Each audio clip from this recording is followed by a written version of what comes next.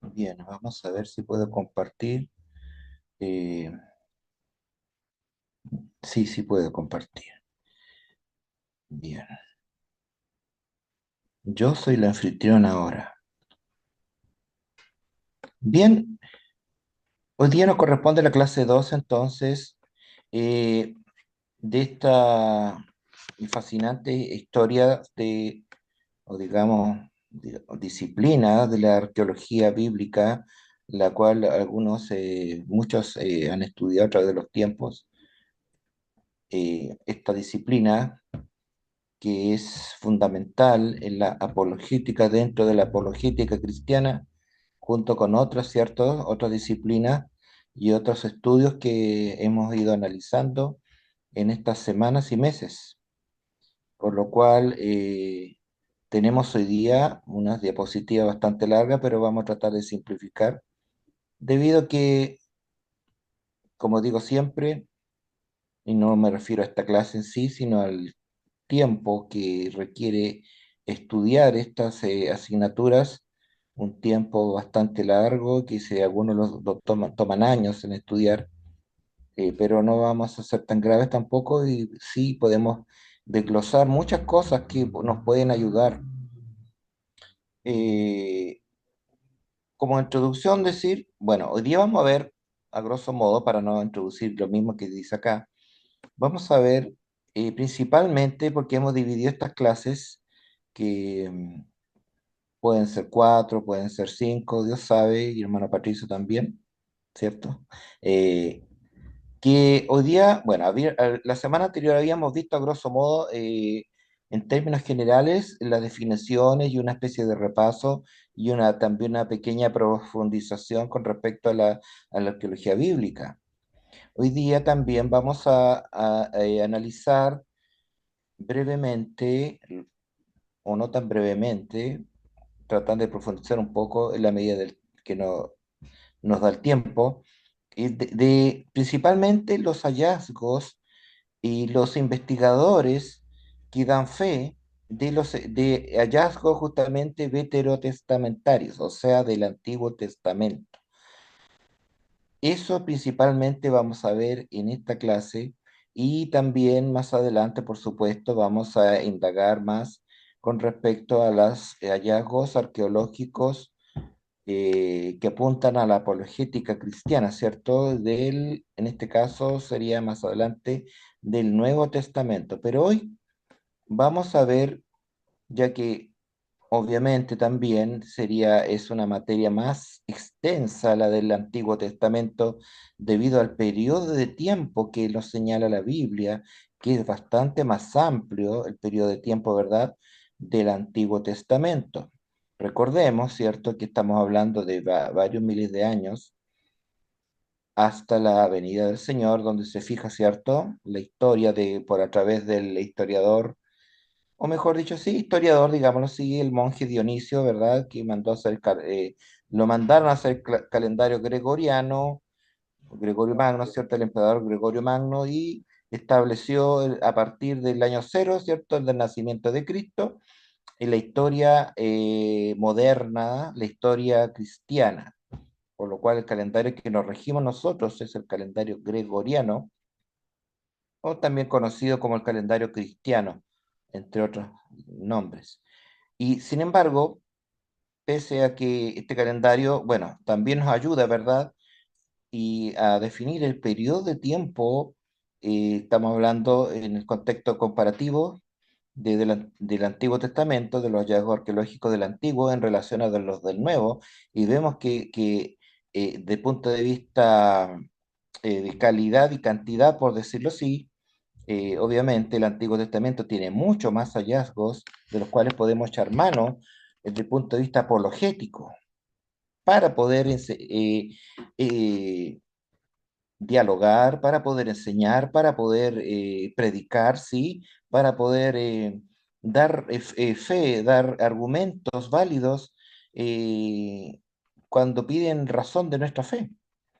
Por lo cual, tenemos un vasto y un rico arsenal, por decirlo de alguna manera, de hallazgos, como por ejemplo, ya tenemos en esto ya, tratando de hacerlo desde el punto de vista cronológico, no una línea de tiempo tan rígida, pero sí, por ejemplo, acá ya tenemos la evidencia arqueológica de los patriarcas, Abraham, Isaac y Jacob, ¿cierto? Contexto histórico del siglo XIX al, a ver, ¿está bien dicho? Sí, al 17 antes de Cristo, el periodo del Bronce Medio, porque recordemos que arqueológicamente y también la historia se, se clasifican los periodos de tiempo antiguos de acuerdo a los metales, muchas veces la piedra más antiguo, ¿cierto? Las piedras, luego el bronce, luego el hierro.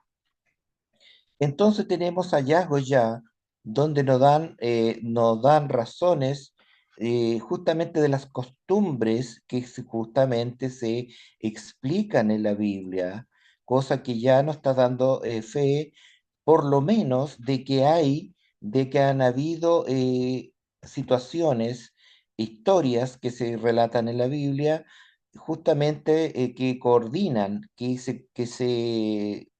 de las cuales se haya, digámoslo así, concordancia. Entonces vemos que estos varones que están acá, arqueólogos, uno francés y el otro me parece que italiano, descubrieron ellos, excavaron en Mari el año 1933, Parrot fue ese, el francés, y Paolo Mattiae, el 74, descubrieron descubrieron estos pedazos digamos así, son piedras, ¿cierto? Recordemos que para su durabilidad, ¿verdad? Es eh, mucho más necesario o seguro escribirla en arcilla o piedra, en este caso arcilla, con rasgos cuneiformes, o sea, con letra cuneiforme. Cuneiforme significa en forma de cuña. Muchas veces los asirios, los caldeos utilizaban estas acá, como vemos en la izquierda, en la fotito de izquierda, vemos que están escritos con escritura cuneiforme, en forma de cuña, que fue una de las primeras escrituras que se utilizaron. Entonces, estos historiadores, estos investigadores encontraron, entonces, ¿qué dice Parrot?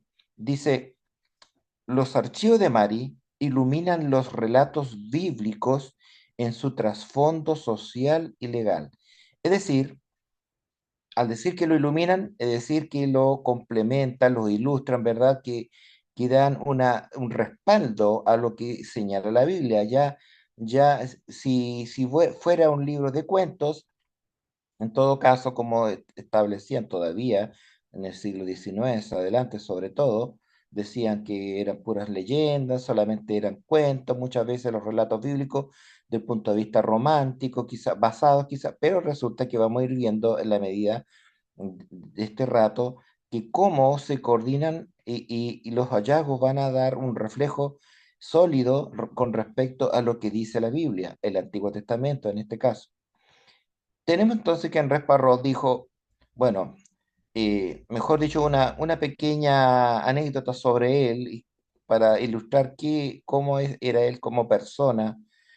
Y, eh, era el pastor de una parroquia protestante en Damasco y como tenía vocación religiosa y arqueológica, estableció una simbiosis, o sea, una especie de unión, ¿verdad? Lo que hacen algunos investigadores, juntan dos ciencias o conocimiento en dos disciplinas o más y en este caso a él le permitió hacer esa simbiosis y hacer un descubrimiento muy famoso que fue la ciudad de Mari. Fue tan reconocido esto que los franceses, sus conciudadanos, lo bautizaron como el inventor de Mari. Es una anécdota nada más en relación a... Y vamos a ir viendo un poco también con respecto a otros descubridores. El mismo especialista, por ejemplo, Spacer, ¿qué dijo sobre este punto? Dijo, los textos de Nuzi reflejan costumbres que iluminan los relatos del Génesis. ¿A qué se refiere él?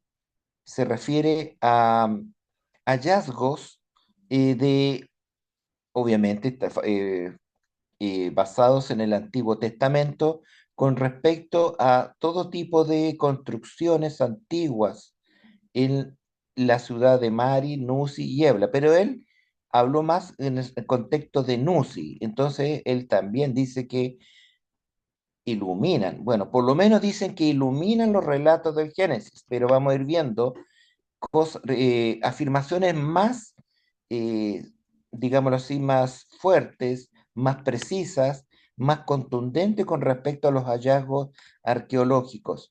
Tenemos en este caso acá eh, lo que menciona, por supuesto, en el Génesis. Si leemos en el Antiguo Testamento, en el Génesis, vemos que, por ejemplo, en el caso de cuando vendieron a José, vieron que andaba una caravana, ¿verdad? Los hermanos, otras caravanas que se mencionan en el caso de Abraham, de Isaac, etcétera. Entonces vemos que es bastante recurrente el hecho que se mencionan estas caravanas y que justamente se, se relacionaban o daban fe también de los asentamientos fortificados. Es decir, habían asentamientos. ¿Para qué? Para tener silos, cisternas y altares al aire libre.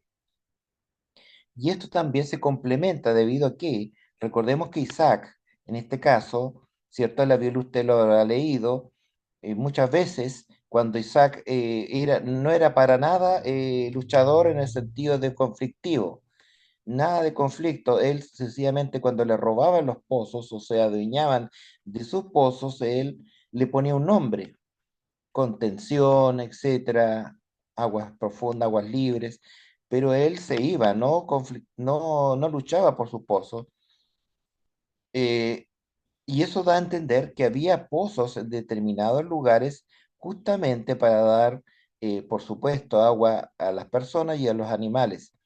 Y también nos da a entender, por ejemplo, en el caso de la historia de Job, cómo él tenía altares también, lo que es una de las primeras señales donde sí, antiguamente había altares, como quizás por dioses tribales que utilizaban en algunos casos, como en el caso de Abraham, donde él venía, Ur de los Caldeos, ya se utilizaban, perdón, altares ya sea para adorar a sus dioses, o en el caso de Abraham y los demás patriarcas, su descendiente, adorar al dios Yahvé.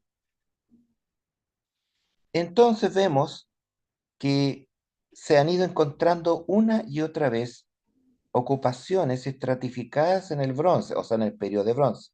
Por ejemplo, en Berseba, se recuperó un altar de piedra que fue reutilizado. Entonces, obviamente, nos da a entender prácticas culturales tempranas, las que se señalan justamente y que tienen una congruencia con los relatos de Abraham, Isaac y Jacob.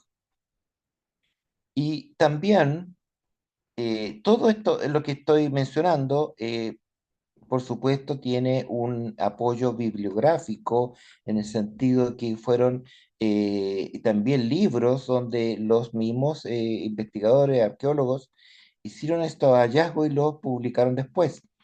Entonces, en este caso tenemos que en el éxodo de Sinaí, en la panorámica arqueológica, vemos que se menciona Ramsés, Api Ramsés, y los semitas del delta oriental. Se menciona y están justamente en algunos textos eh, escritos en arcilla. Justamente se menciona, es decir, la historia que se relata sí, porque dicho sea de paso, por mucho tiempo, y esto es una crítica que hacía justamente la alta crítica y digamos, la ciencia secular, de que no había mayores registros sobre la existencia del éxodo, pero cada vez más, como lo decía anteriormente en otras clases, se han ido encontrando datos, hallazgos arqueológicos que van como un rompecabezas uniendo y ensamblando todos estos hallazgos para dar una idea central, que es que todos o ya por lo menos decir, las menciones que se hacen en la Biblia o en el Antiguo Testamento en este caso, sí son fidedignas. En este caso, por ejemplo, la estela de Merneptah, 1200 a.C., es la primera mención de extrabíblica de Israel en Canaán.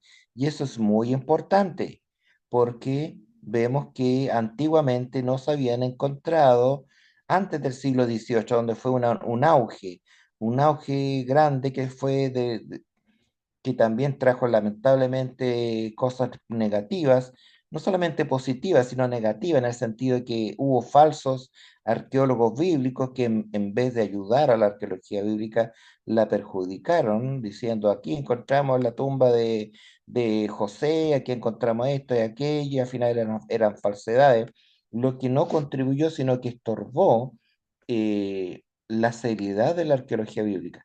Pero en este caso tenemos que la estela del Mer Nepal menciona, ¿por qué? Porque esta estela no fue falsificada, no fue hecha tarde, ni nada por el estilo, sino que se comprobó que es una estela muy antigua, donde se menciona justamente el pueblo de Israel.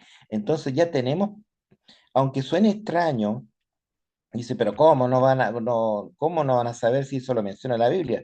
Sí, pero para el investigador, sobre todo para el investigador, aunque sea cristiano quizás, y con mayor razón si no es cristiano, va a tener que hacer como que si no existiera o tratar de comprobar lo que está escrito en la Biblia y no va a creer a pie juntillas de que sí es así lo que se menciona en la Biblia, por lo cual tendría que encontrar alguna evidencia, como en este caso. Entonces, ¿qué dice el arqueólogo que encontró esta estela? Dice que es el arqueólogo Flinders Petrie, que la descubrió, ¿ves? En el 1896, justamente en el periodo de auge más grande de la arqueología bíblica o la arqueología moderna. Él señaló que la primera prueba de la historicidad del pueblo fuera de la Biblia es esta, es decir, ya no estamos diciendo, no, la Biblia lo dice solamente, no, estamos diciendo, esta estela cuya autenticidad ya está archi comprobada y ya es cierta, fidedigna, entonces es la primera prueba de que Israel, aunque parezca extraño, sí existió, porque dice, como dije, suena raro, dice, pero ¿cómo? Israel siempre ha existido, pero no, tendría que probarse desde el punto de vista arqueológico y se comprobó ya recién, y esto no alcanza a ser 200 años.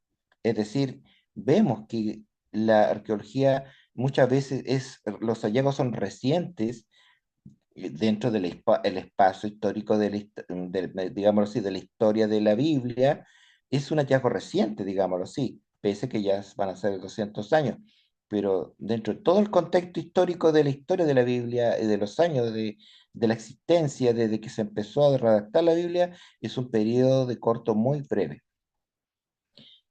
¿Qué pasó con Flinders Petrie? En sus primeros años él estaba obsesionado con la precisión de medir de Stonehenge con un teodolito a los 19 años. Él quería ver otros pedazos de concreto, no concreto, perdón. Eso fue un error grave que le dije yo. Concreto nada que ver. No se utilizaba concreto, perdón. Fue un pedazo de piedra y, y llegó a Egipto para medir las pirámides de Giza. Pero él quedó asombrado, horrorizado, mejor dicho, por la velocidad que los monumentos estaban siendo destruidos. Y esto uno pensaría, bueno, sí, siempre ha ocurrido. Los saqueadores, los ladrones, porque obviamente, como ocurre en cada país, no todas las personas, sobre todo los delincuentes, ¿verdad?, van a respetar o van a valorar o apreciar la historia y la arqueología de su propio país. Y generalmente los ladrones no eran de otro país, sino que eran mismos egipcios. Entonces él quedó horrorizado, describiendo como una casa en llamas y sintiendo que su deber era de un salvador, es decir, este varón quería recuperar de alguna manera toda esa historia, y obviamente para poder hacer esos hallazgos tan maravillosos. Ya con eso que encontró ya tiene su nombre inscrito en la historia ya. Con eso que encontró la estela de Mermetá, ya quedó como un descubrimiento fabuloso al descubrir justamente la existencia de la nación del pueblo de Israel, ya cada vez más aportando un poco más a la veracidad de la Biblia, diciendo, ve, también habla de los israelitas, habla del pueblo de Israel, y aquí está la prueba que Israel sí existió, porque se menciona en esa estela. ¿Y qué dice este varón, este otro varón acá? Ya mencioné a Findlay Petrie, pero ¿qué dice Wilhelm Spielberg, que es un egiptólogo alemán? Dice, el nombre Israel aquí escrito es inconfundible, así lo digo casi silábicamente, y él mismo ratifica, otro egiptólogo ya muy, pero muy avesado, muy estudioso, experto en la egiptología, él reafirma lo que encuentra el otro varón, el Findes Petri. Él dice, Wilhelm Spielgelber,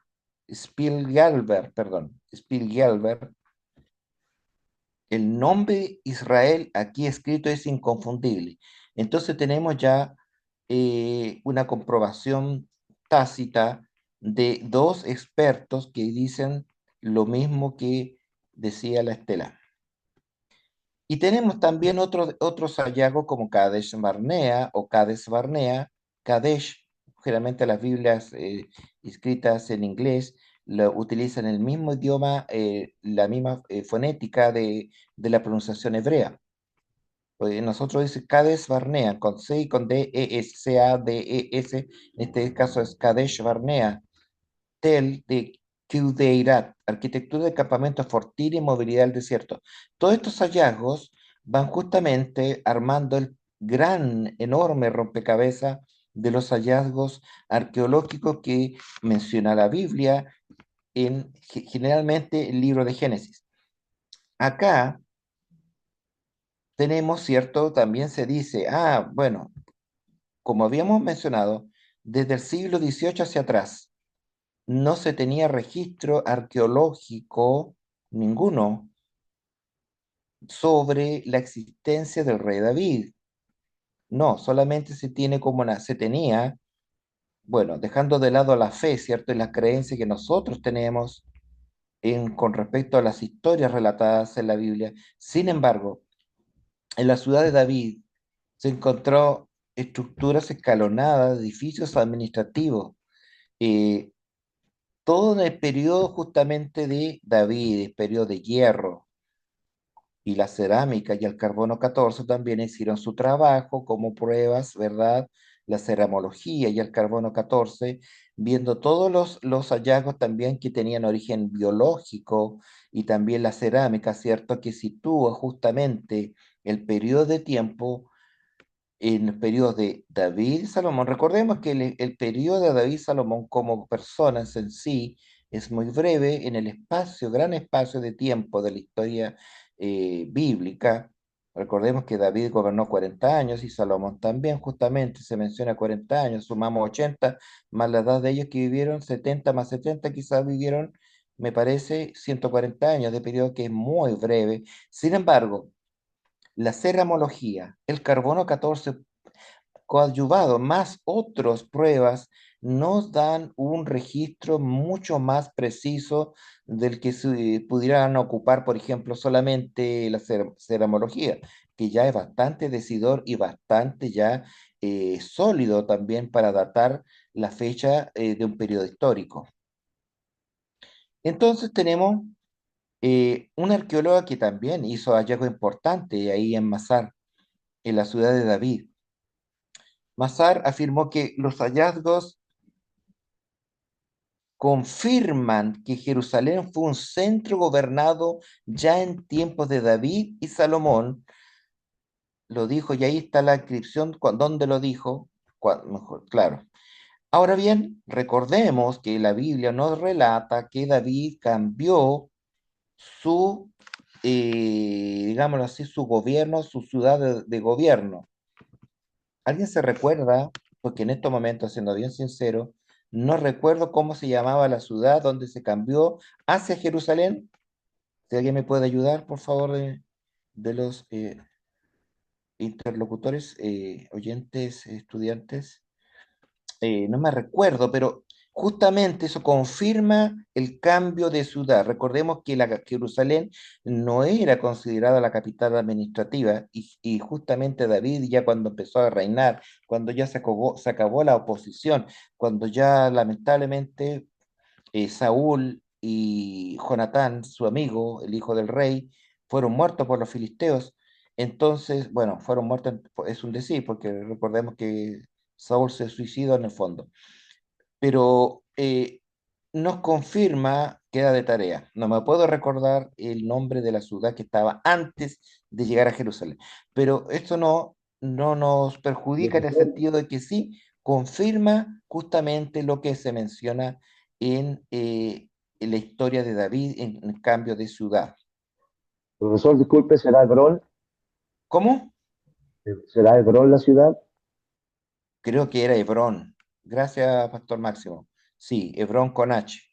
Hebrón, sí. Gracias, muchas gracias. De Hebrón cambió a Jerusalén, lo que una vez más vamos armando este gran rompecabezas histórico. Quizás nunca lo terminemos de armar del todo, quizás venga el Señor antes, sin embargo, esto no nos perjudica para nada en el sentido de que ya, con todos los hallazgos que se han ido dando y se seguirán dando más adelante, Dios lo permita, vamos armando un rompecabezas cada vez más sólido con respecto a la veracidad de la Biblia. Y el programa de edificio salomónico, obviamente, en Megido, Jasor y Geser, recordemos que Salomón tenía una gran ansias de construir y construir, y tenemos acá una fotografía de un lugar, un recinto con muros, con una puerta a 6 cámaras, que él tenía también refugios o palacios, estructuras militares. Recordemos que no solamente era un rey de paz, pero él como aplicó esto antes de que se hiciera este famoso adagio, que no sé quién lo inventó en el siglo XX o no sé qué siglo, pero dice, si quieres vivir en paz, prepárate para la guerra. Bueno, Salomón lo hizo así justamente, se armó hasta los dientes. Aparte de ser muy rico, ¿cierto? Del Señor permitirle tener gran sabiduría y ser muy rico, ¿verdad? También se armó bastante copiando la idea de los carros del faraón, ¿cierto? Carros con caballos y todo eso, cosa que un salmo por ahí decía que no debía hacerlo porque debía poner su confianza en Jehová primero, no en lo cuantioso de su ejército. Pero esa es harina de otro costal. Lo que acá nos dice es que justamente relaciona esto con las construcciones que menciona la Biblia, con los libros de la historia de Salomón, libro de Reyes, ¿verdad? Segunda de Reyes, con la historia de Salomón.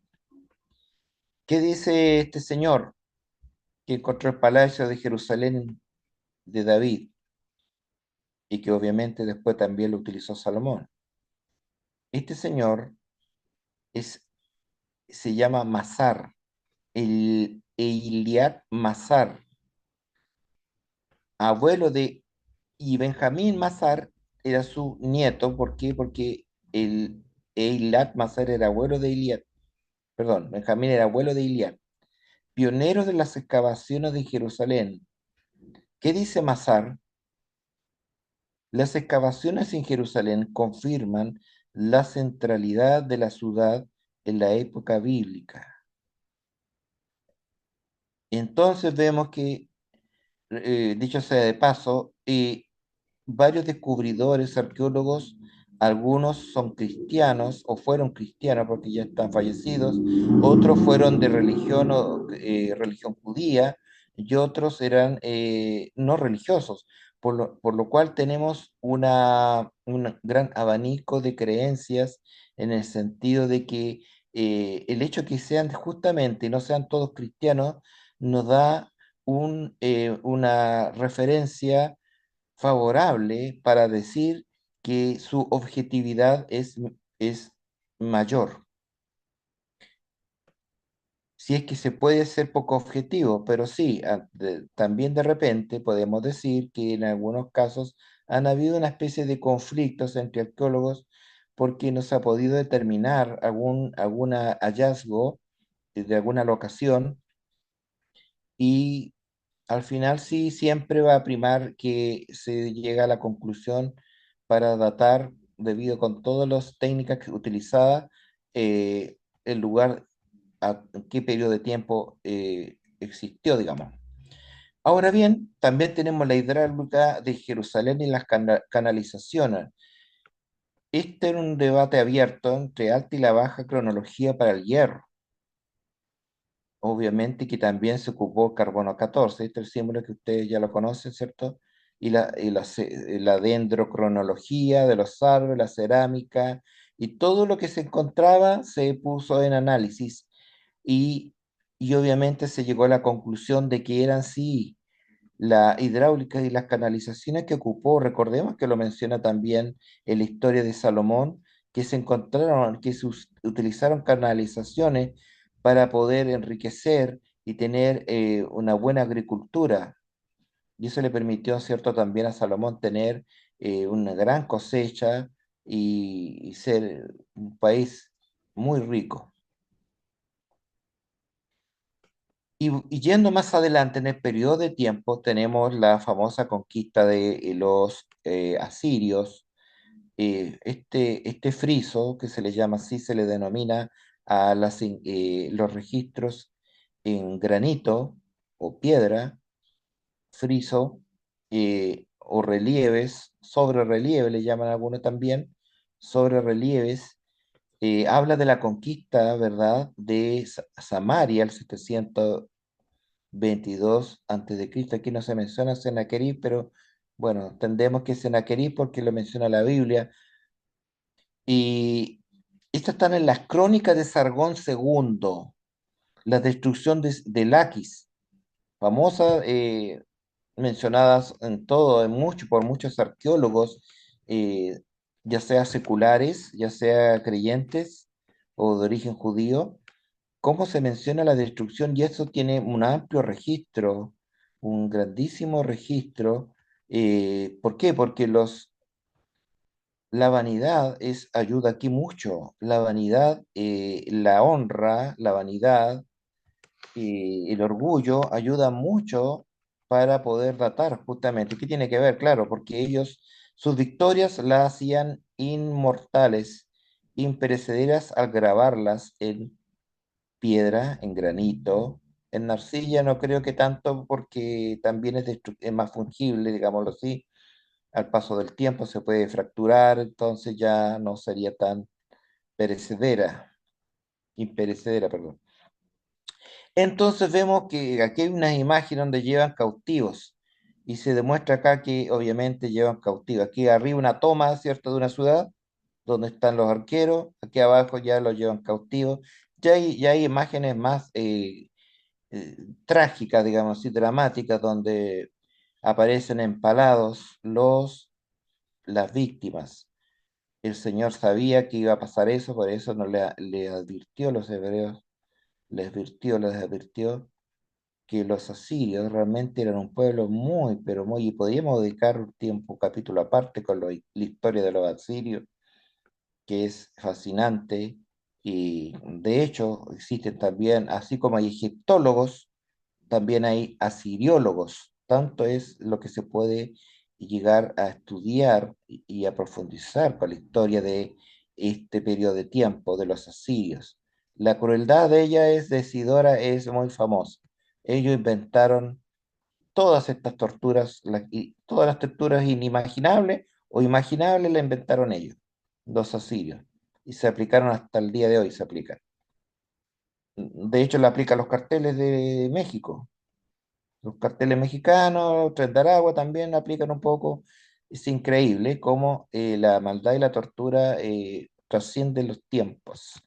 Y esto también nos ayuda a entender justamente y poder probar de que existieron justamente lo que menciona la Biblia. Y este señor, con la conquista de Asiria y las cartas de Laquis, porque las cartas de Laquis también es una especie de jactancia, donde Sargón II dice, yo, ¿qué no hice con los esclavos? Algunos de los subnobles les saqué los ojos, le corté las orejas, les corté la nariz, le corté la lengua, y a otros los desollé vivos, y colgué mis pieles, sus pieles, en mi palacio. Así decía, era muy dulce Sargón II, pero en el fondo era una buena persona, sí.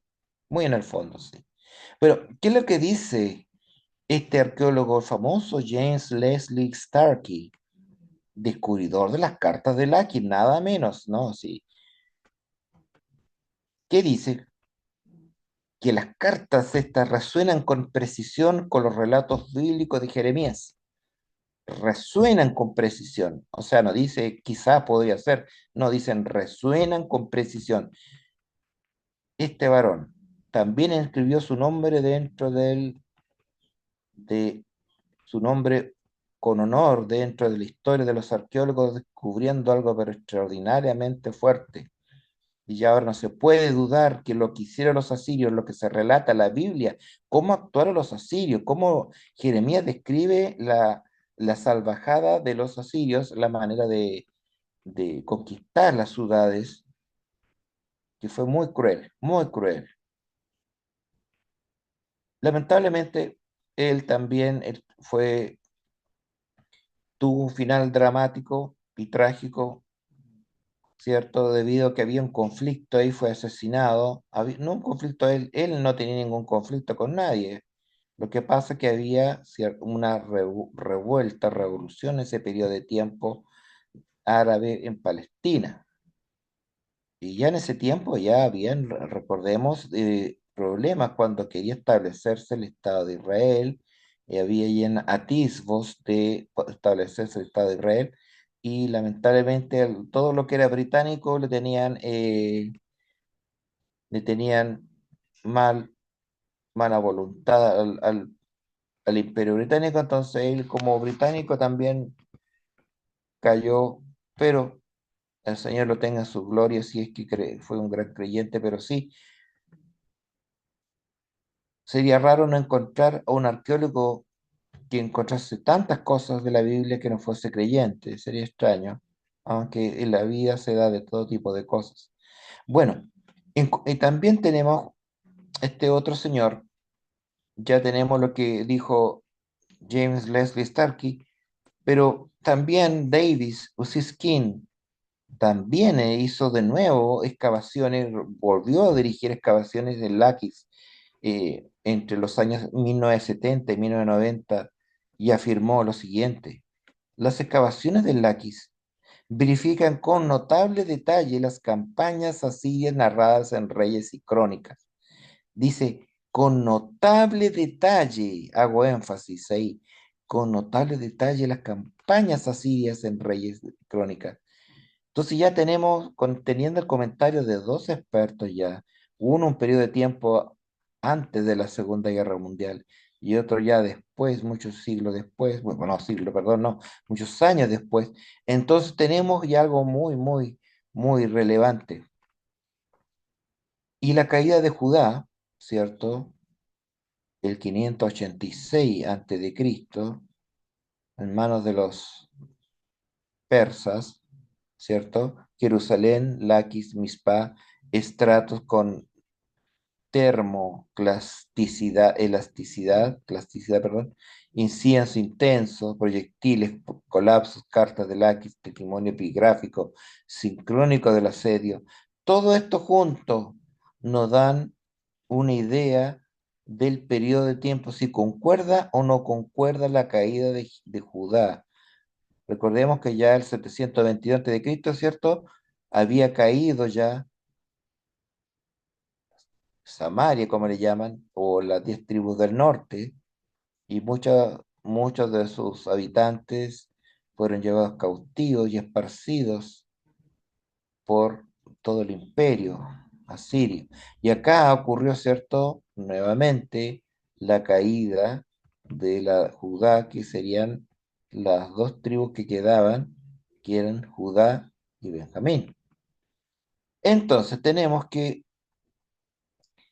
eh, la reconstrucción cronológica de Israel y Judá se puede constatar fidedignamente debido a estas herramientas que son la estratigrafía, la tipología, las cerámicas regionales, dentro de cronología, luminiscencia, modelación, todo tipo de pruebas técnicas que sería largo enumerar. El descubrimiento emblemático. Este es un descubrimiento emblemático importante.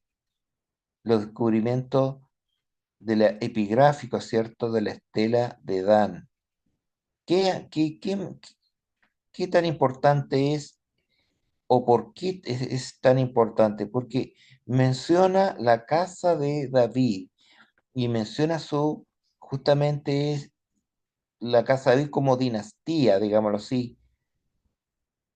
Y entonces también nos reafirma lo que había negado, se había dudado, ya estaba ha sido causa en el pasado, antes del siglo XIX, causa de hilaridad, de burla, inclusive, como mirando a David como un personaje cuasi mitológico, cuasi mítico, de una novela o de un cuento, de una historia antigua, pero no, tenemos a sus descubridores. El arqueólogo Abraham Biram comentó, el nombre Casa de David es prueba clara de la dinastía davídica mencionada en la Biblia. Lo dijo en 1993. Este varón, de origen judío, mejor dicho, de origen hebreo, y me parece que de religión o de credo judío. Así está bien dicho porque uno se confunde, como siempre lo digo, la religión con la etnia. Y la estela que aporta más, aquí ya más mayor don Abraham, que también era epigrafista, obviamente que estudiaba las inscripciones, epigrafista, las inscripciones. ¿Y qué más señaló? La lectura de la casa de David es segura. Hizo en el Journal Exploration, Israel Exploration Journal 1993 o 1993. Ya, la piedra moabita, algo muy también importante. ¿Qué dice la piedra moabita? Nos muestra la casa de Omri.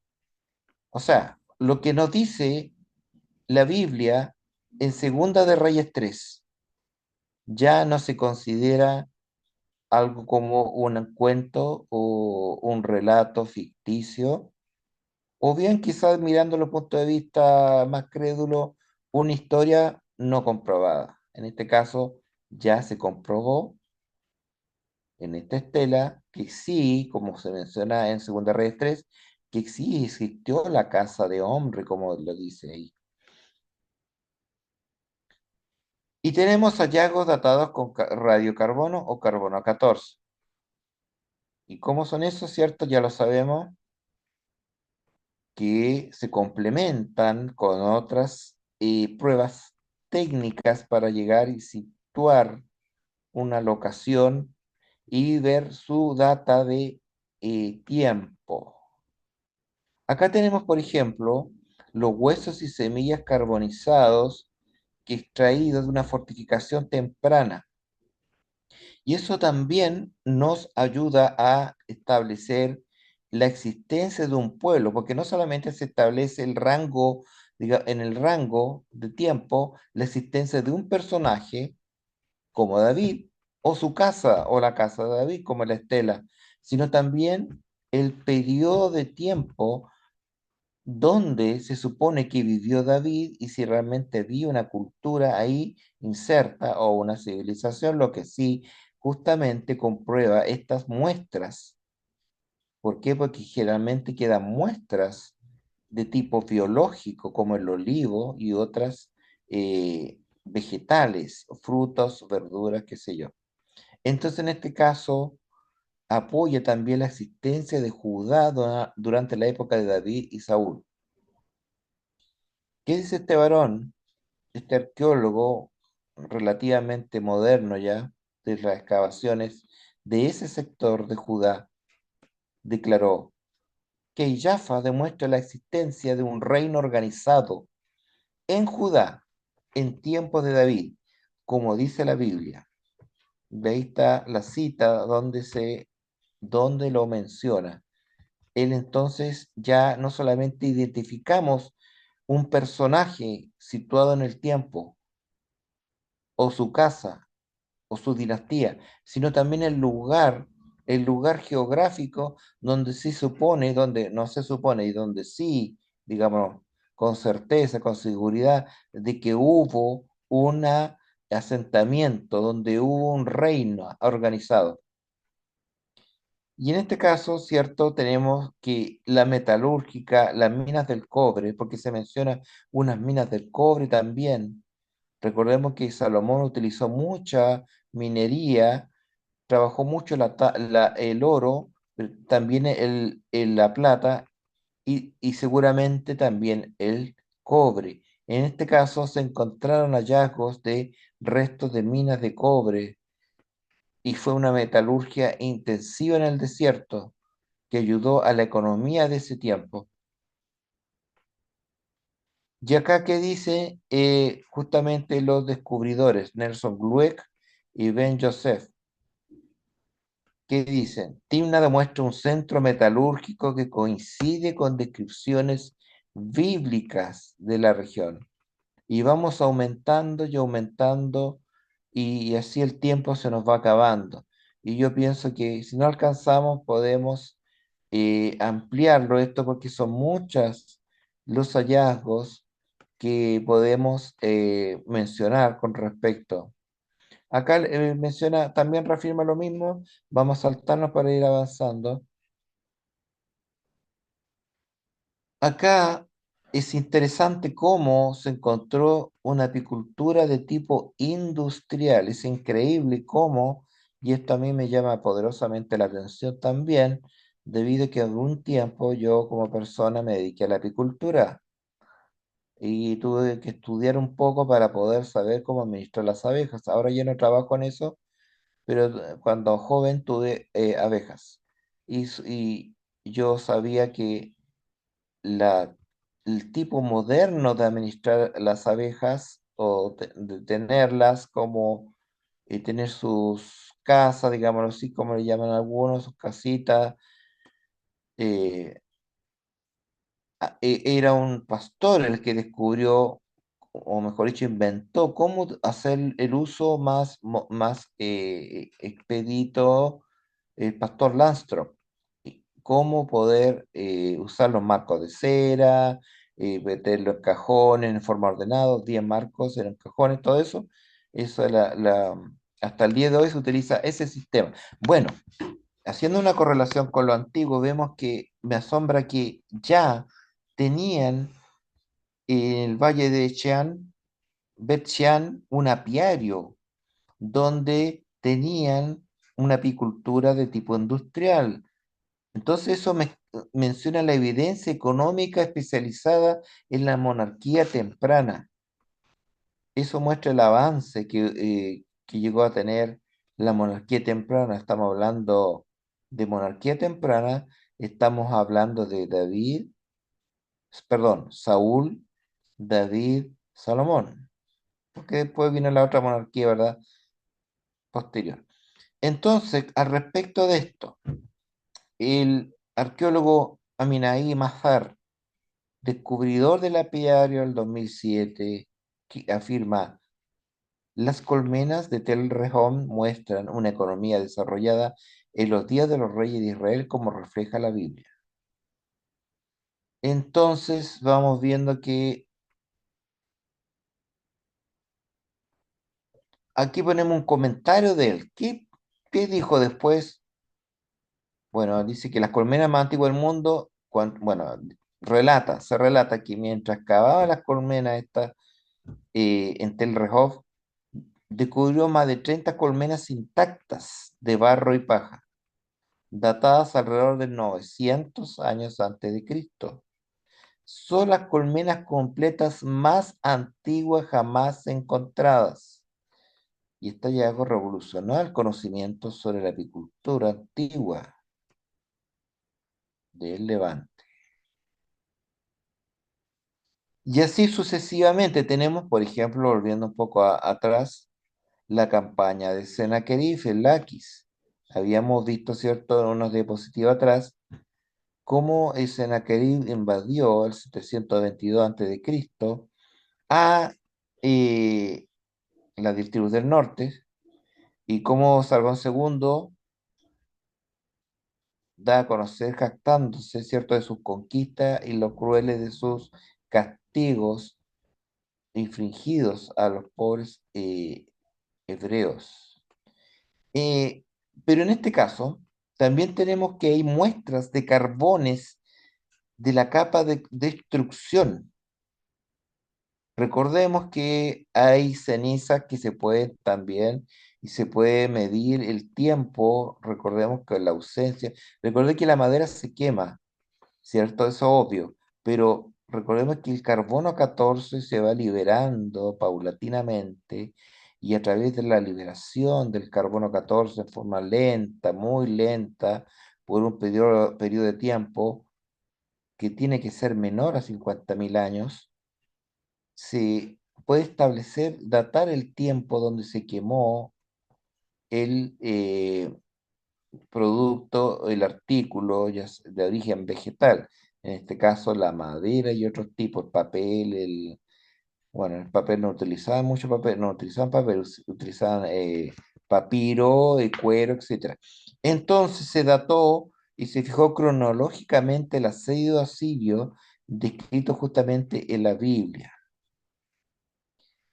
Y acá hay un santuario, ¿verdad? Un santuario donde se identificó también, justamente, y aquí se utilizó el carbono 14. Pues ahí le pregunté la otra vez cuando vino a dar una conferencia, una charla a un doctor en teología y ya creo que es doctor en arqueología y no, ahora no sé, doctor en no sé qué cosa ahora, sobre el carbono 14, pero me dijo ahí, porque era en un templo, que el carbono 14 se utilizaba más para la paleontología, pero creo que se equivocó debido a que también podemos sitiar, como lo había dicho en clases anteriores, el carbono 14 también sirve porque todos los hallazgos arqueológicos no son re- eh, realizados, mejor dicho, no se encuentran únicamente cosas inertes como por ejemplo el metal, el oro, la plata, la piedra, el granito o la cerámica. No, el carbono 14 también puede medir justamente el tiempo, por ejemplo, en este caso los altares, cómo podemos con la cannabis que se encontró y el incienso datar del último periodo que se quemó ese incienso, ese resto de incienso o de cannabis sativa, más conocido como marihuana, ¿cierto? Entonces se equivocó y debería, la próxima vez yo lo voy a dejar en vergüenza. No, eso es broma. Eso no se debe hacer. Eh, y así sucesivamente y el tiempo no nos daría para poder seguir ahondando. Vamos a recorrer un poco más. Eh, ¿Qué podemos decir? Los famosos rollos del Mar Muerto, por ejemplo, que justamente, y esto no lo podemos negar, justamente acá, uno de los hallazgos, pero más notorios, uno de los hallazgos más, ¿cómo decirlo? Emblemáticos, esa es la palabra que quería utilizar quizás, más emblemáticos que ayudan a la fe cristiana y también, digámoslo así, a la fe judaica, es los hallazgos de los rollos mar muertos. ¿Y qué se utilizó para datar la fecha si el papel era auténtico? Carbono 14, hermano, no, no lo voy a mencionar. Carbono 14, se utilizó carbono 14 también. ¿Por qué? Porque los rollos son de origen, ¿de qué origen son? ¿De piedra? ¿Quién me Orgánico, puede ayudar? ¿Perdón? de origen orgánico, Correcto, vegetal. hermano José. Oh, ya tiene puro 7, hermano José. Yo creo que debería ya no asistir más a la clase porque tiene una respuesta buena. No, mejor no, no, no, no digamos eso porque eso no, no depende de mí. Perdón, no. Exactamente, entonces no digamos que nos sirve el carbono 14. Sí, para la paleontología también sirve, pero dicho sea de paso, a modo de cultura general, el carbono 14 nos sirve para datar fechas superiores a 50.000 años, es decir, el carbono 14 nos sirve para datar las fechas precisas de la existencia de los dinosaurios. ¿Por qué? Porque dinosaurios eh, se supone que tienen millones de años de una Tierra, por lo cual no sirve el carbono 14. La descomposición, o mejor dicho, la liberación paulatina de carbono ya no se puede medir arriba de 50.000 años, como lo dije anteriormente. Pero sí, en este caso ayudó mucho. ¿Por qué? Porque estamos hablando del pleno siglo XX, 1948, donde se encontró el rollo del Mar Muerto. Y al respecto, ¿qué es lo que dicen los descubridores? Bueno, mejor dicho, unos beduinos encontraron, ustedes ya lo saben, en 1947 lo encontraron unos beduinos. Pero, ¿qué dicen estos expertos? Roland de Vaux, que excavó ahí, y luego Millar Burroughs, ¿qué es lo que opinó al respecto? Los manuscritos confirman la fidelidad con que se transmitió el texto bíblico, por lo cual no se puede decir que es un manuscrito muy antiguo y que, como lo había mencionado anteriormente, hay pocos escritos que se salvan, por ejemplo, de la historia de Roma, por decir un ejemplo. Sin embargo, los manuscritos, las copias de las copias de las copias, todavía están vigentes hasta el día de hoy, y eso reafirma que la Biblia tiene una historia y tiene una preservancia a través del tiempo extraordinaria y asombrosa. ¿Qué pasó con Burroughs? Fue el primero en editar el, el gran rollo de Isaías del Corán. Lo hizo solo en 2 años, mientras otros manuscritos dataron más de 40 en publicarse. Su rapidez y claridad lo convirtieron en una figura clave para la divulgación de los rollos. El señor Millard Burroughs. ¿Qué más podemos decir sobre estos manuscritos del Mar Muerto? El señor Frank Moore Cross, experto en paleografía bíblica, nos comenta, los rollos confirman la gran antigüedad y autenticidad del texto hebreo bíblico. Este señor fue más lejos todavía. Dice que confirman la antigüedad. Punto número uno, la antigüedad y la autenticidad del texto hebreo bíblico. Entonces tenemos ya la cita de varios, porque aquí solamente estamos resumiendo, de varios expertos que una vez más reafirman la veracidad, la antigüedad en este caso, y autenticidad del texto hebreo. ¿Qué pasó con este señor, Frank Moorcross, que le llamaban el arqueólogo aventurero? Además de ser eminente epigrafista, aprendió a bucear a sus 60 años para realizar arqueología subacuática en el Medio Oriente. También viajaba en autos deportivos y hacía senderismo con su esposa. Su vida fue tan intensa como sus descubrimientos. Y así tenemos mucho más que ahondar y no creo que alcancemos a ver todo. Realmente es una diapositiva extremadamente larga, pero así como de larga, también podemos decir, hay muchos hallazgos, pruebas. Tenemos una dama también que es importante y vamos a verlo un poco acá. Jericó, Tel el Sultán, muestras orgánicos del bronce. Hermano Patricio, por favor. quiere opinar. Como tiene harto material ahí, hermano, podría ser bueno también que pudiera dejar para otra clase si es que da toda esa diapositiva. Sí, sí, dame hermano Patricio. ¿La Ya. dejamos hasta aquí nomás? Sí, sí, Muy porque veo bien. que son hartas diapositivas, entonces aprovechémoslas para poder dar otra clase. Unas 40 clases más o menos. Ya, ahí vamos viendo. Ya, mi hermano. Entonces, hasta aquí nomás llegamos porque queda mucho, mucho y así, mientras más, mejor para nosotros y para la Biblia. Amén. Y eso es todo por hoy, estimados Amén. hermanos. Ya. ¿Alguna pregunta?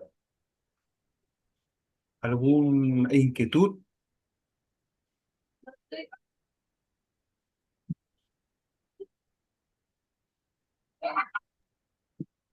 Solamente, permiso, solamente decir que la información que entrega es bastante enriquecedora y se agradece porque se ve el trabajo que está haciendo el profesor para entregar estos conocimientos. Se le agradece el esfuerzo y también está bastante entretenido. Por mí hubiésemos seguido, pero igual en honor al tiempo y también porque la mente tiene una capacidad de retención igual bastante limitada, entonces igual para que sea edificante y una enseñanza buena para nosotros. Así que gracias, profesor. De nada, mi hermano. Amén. Vamos a pedirle al profesor que nos despida en oración, por favor. Amén. Señor, gracias le damos por esta clase y por los maravillosos conocimientos que tú nos das. Todo está en parte de tu palabra maravillosa. ¿Cómo has podido, Señor, usar a tantos escritores bíblicos, tantas historias, Señor, tan todo y apuntando a lo mismo, Señor, a un redentor?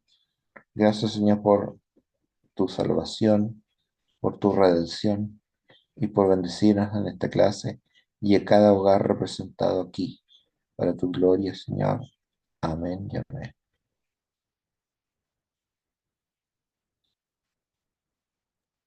Ya.